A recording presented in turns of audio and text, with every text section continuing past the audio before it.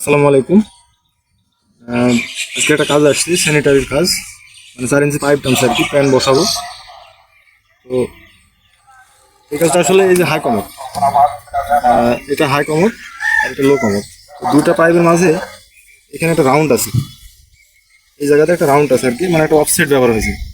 এখানে একটা রাউন্ড ব্যবহার হয়েছে, এই রাউন্ডটা দেওয়ার কারণটা আসলে এটা আচ্ছা নিচে নামাও, ফোনে কেটে দাও। এই রাউন্ডটা দেওয়ার কারণ, এই রাউন্ডটা দেওয়ার কারণ হচ্ছে আসলে এখান থেকে যখন হাই কমোড থেকে যখন মলটা পড়বে, এখন এটা যদি সমান সমান হয় তাহলে কিন্তু এখানে কিন্তু এই লো কমোডে কিন্তু মল চলে আসার কিন্তু সম্ভাবনা আছে। হাই কমোড থেকে সরাসরি দিলে এইদিকে না যেয়ে কিন্তু এইদিকেও আসতে পারে এখানে, কারণ এই পানি তো লং ট্রাপের যে পানি সাইফনের, সেটা তো পুরোপুরি থাকে না, অর্ধেক থাকে, মানে এই যে অর্ধেক থাকে আর কি।